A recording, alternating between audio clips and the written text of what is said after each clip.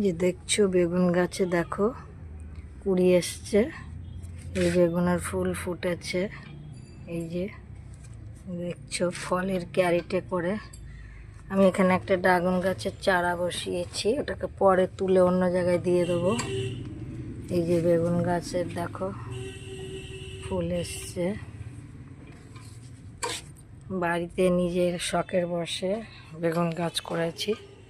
দেখো বেগুন গাছটি কত সুন্দর হয়েছে ফলের ক্যারেটের মধ্যে। ডগায় ডগায় দেখো কুড়ি এসছে।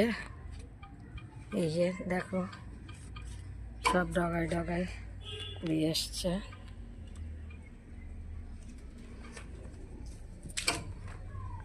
মাঝে মাঝে